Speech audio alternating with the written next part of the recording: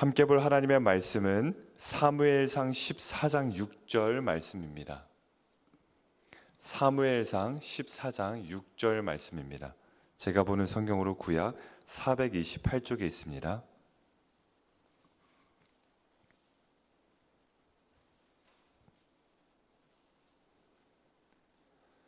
사무엘상 14장 6절 말씀 함께 합독하겠습니다. 요나단이 자기의 무기를 든 소년에게 이르되 우리가 이 할례 받지 않은 자들에게로 건너가자. 여호와께서 우리를 위하여 일하실까 하노라. 여호와의 구원은 사람이 많고 적음에 달리지 아니하였느니라. 아멘.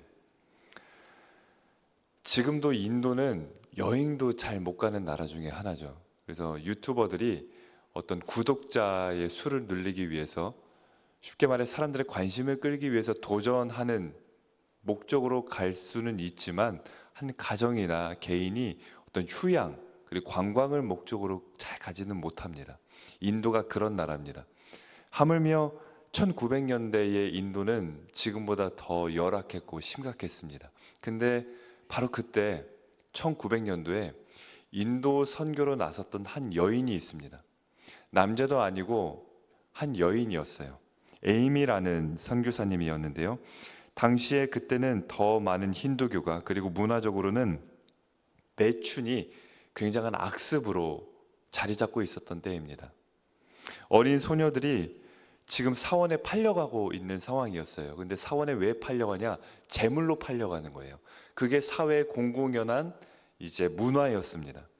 범죄고 잘못이 아니라 당연히 어린 소녀들을 힌두교 사원에 매춘을 목적으로 팔려가는, 그렇게 제물이 된 그 시대에 에임이라는 선교사가 홀로 인도를 복음으로 물들이고자 나섰습니다.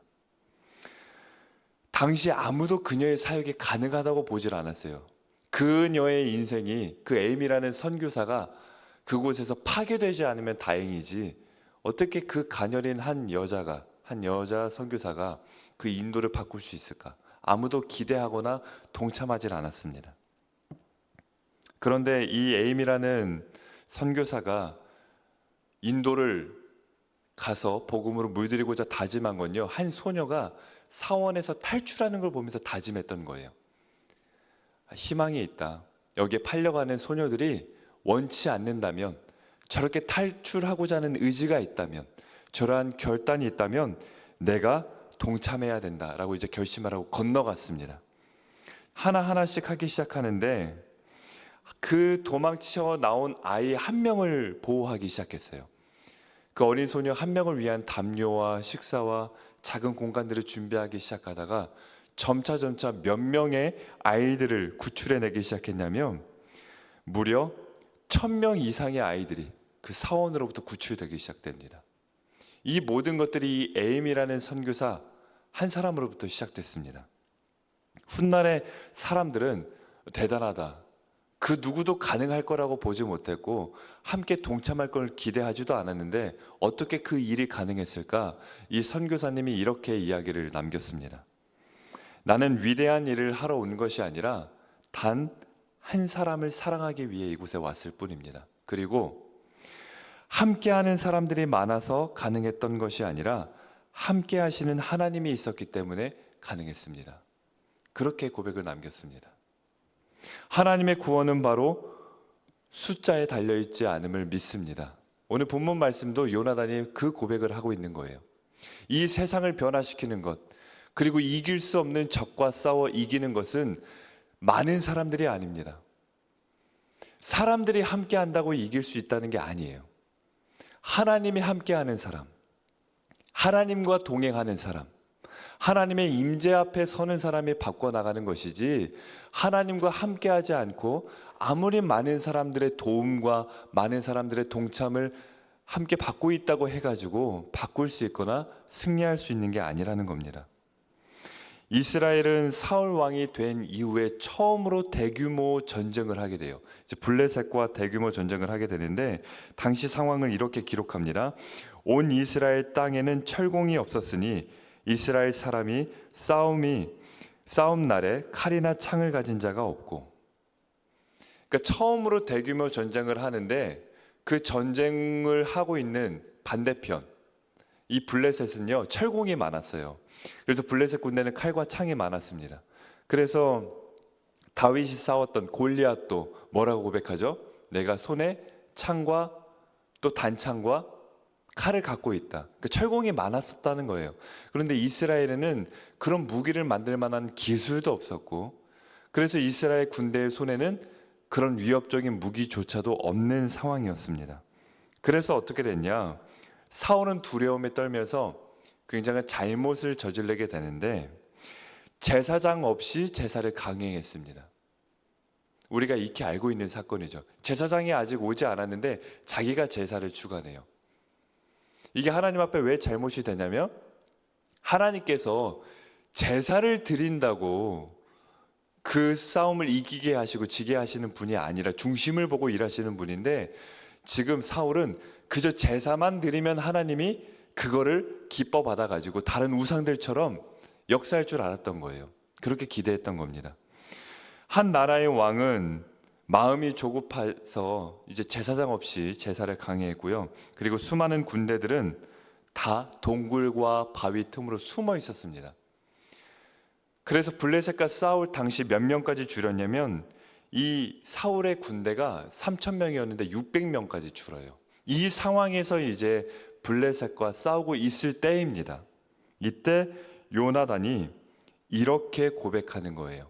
여호와의 구원은 사람 수에 달려있지 않다. 이 상황에서 이렇게 고백하면서 나아가는 겁니다. 그리고 자기의 무기를 든 소년에게 말하는 거예요. 무기를 든 군사에게 말하는 게 아니에요. 무기를 든 장군에게 말하는 게 아니라 무기를 든 소년에게 우리가 갈 수 있다. 하나님이 함께하면 우리가 이길 수 있다. 그렇게 고백하고 있는 겁니다. 하나님의 승리는 언제나 사람의 계산 속에 머물러 있지 않습니다. 사람이 생각하는 계산 안에 있지 않아요. 요나단이 소년과 함께 믿음으로 고백하면서 블레셋 진영으로 들어갔습니다. 직접 몸을 던져서 들어갔을 때 어떤 일이 벌어졌냐면 그들 가운데 혼란이 생겨요. 그리고 서로가 서로를 치게 되는, 그러면서 전쟁은 완전히 반전되게 됐습니다. 하나님께서 요나단의 믿음의 고백을 통해서 정말로 우리의 싸움이, 우리의 승리가 사람 수에 달려있지 않다는 걸 증명해 보이셨습니다. 우리의 삶에도 계산상 절대 안 되는 싸움이 있죠. 계산상 절대 이길 수 없어 보이는 싸움들이 많습니다. 큰 문제 앞에서 오늘도 내 마음이 작아질 때가 있어요. 내 건강만 놓고 보더라도 확률상 이길 수 없는 싸움처럼 보일 때가 많습니다. 지금 내 건강이 이런데 내가 하나님 나라에 갈 때까지 과연 이렇게 예배당에 나와서 예배할 수 있을까? 내 자녀의 모습을 봤을 때 과연 내 자녀가 회복될 수 있을까? 우리 가정의 경제가 나아질 수 있을까? 지금 수많은 이 적들과 싸우는 듯한 이 싸움들이 우리의 삶 가운데 있습니다. 그리고 이 싸움은 하나같이 이길 수 없는 싸움처럼 보이는 거예요. 저 사람이 함께 해준다면, 많은 돈이 함께 해준다면 가능할지 모르겠지만 도와줄 사람도 없고 또 많은 돈도 없어요. 그럴 가능성이 보이지가 않아요. 그래서 마치 블레셋과의 싸움처럼 이길 수 있는 그런 가능성이 보이지가 않습니다. 이때 필요한 건 무엇일까요? 지금 우리 가정이 싸우고 있는 대상이 있습니다. 우리의 삶 가운데 영적으로 싸우고 있는 대상이 있어요. 지금 필요한 건 과연 이길 수 없을까 계산하는 것이 아니라 바로 하나님이 나와 함께하고 있다는 믿음인 줄 믿습니다. 예수님도 홀로 십자가를 지셨습니다. 그때 아무도 예수님이 이길 거라고 생각하지 않았어요. 완전히 졌다 그랬죠. 모든 게 끝났다 그랬습니다. 예수님을 비방하고 조롱하는 게 전부였습니다. 그러나 예수님, 많은 사람들이 함께하지 않을 뿐만 아니라 사랑하는 제자마저 떠나서 홀로 계셨던 예수님, 그 예수님이 모든 죄와 사망을 이기시고 부활하셨습니다. 우리는 바로 거기서 요나단의 승리를 보고 있는 것이고 우리의 승리를 발견할 수 있는 겁니다. 세상은 숫자와 확률을 따지지만 하나님은 뭘 따지실까요? 하나님은 한 가지 따지시는 거예요. 바로 믿음입니다. 믿음. 세상이 말하는 숫자와 확률이 없어도 하나님이 함께 한다는 걸 보고 나아가느냐, 바로 이 믿음을 따지고 계십니다. 한 사람의 믿음, 한 사람의 순종, 한 사람의 기도에 응답하시는 하나님이십니다. 사람이 많아서 이기는 게 아닙니다. 돈이 많아서 해결되는 게 아니에요. 계산이 완벽해서 우리 가정이 안전해지는 게 결코 아닙니다. 이 모든 건 어디에 달려 있냐면 나와 함께 하시는 그 임마누엘의 하나님, 그 하나님께 달려 있는 줄 믿습니다. 오늘 이 새벽 마치 이런 전쟁 앞에서 바위 틈에 숨고 확률과 계산을 따지는 우리에게 하나님께서 다시 한번 말씀하십니다. 여호와의 구원은 사람이 많고 적음에 달려있지 아니하였느니라. 하나님께서는 늘 가능성이 0일 때 역사하십니다. 그래야 하나님이 하신 줄 알기 때문이에요. 지금 우리 가정에, 내 삶에, 우리 기업에 도무지 좋아질 가능성이 보이지 않는다면 기대하십시오. 이제부터 하나님의 역사가 시작될 때입니다. 바로 그렇게 우리와 함께 하신 하나님 붙들고 나아가는 이 하루가 되기를 바랍니다. 기도하겠습니다. 하나님 아버지, 우리의 삶 가운데 수많은 싸움들이 있습니다.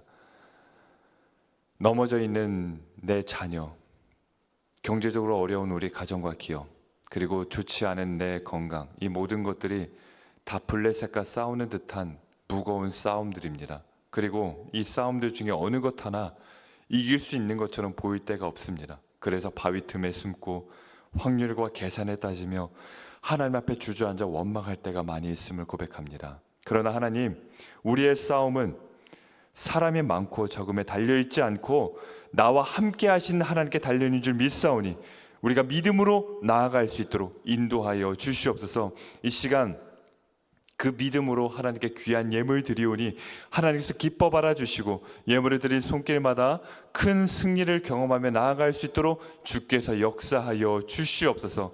예수님의 이름으로 기도합니다. 아멘. 하늘에 계신 우리 아버지, 아버지의 이름을 거룩하게 하시며 아버지의 나라가 오게 하시며 아버지의 뜻이 하늘에서와 같이 땅에서도 이루어지게 하소서. 오늘 우리에게 일용할 양식을 주시고 우리가 우리에게 잘못한 사람을 용서하여 준 것 같이 우리 죄를 용서하여 주시고 우리를 시험에 빠지지 않게 하시고 악에서 구하소서. 권능과 영광이 영원히 아버지의 것입니다. 아멘.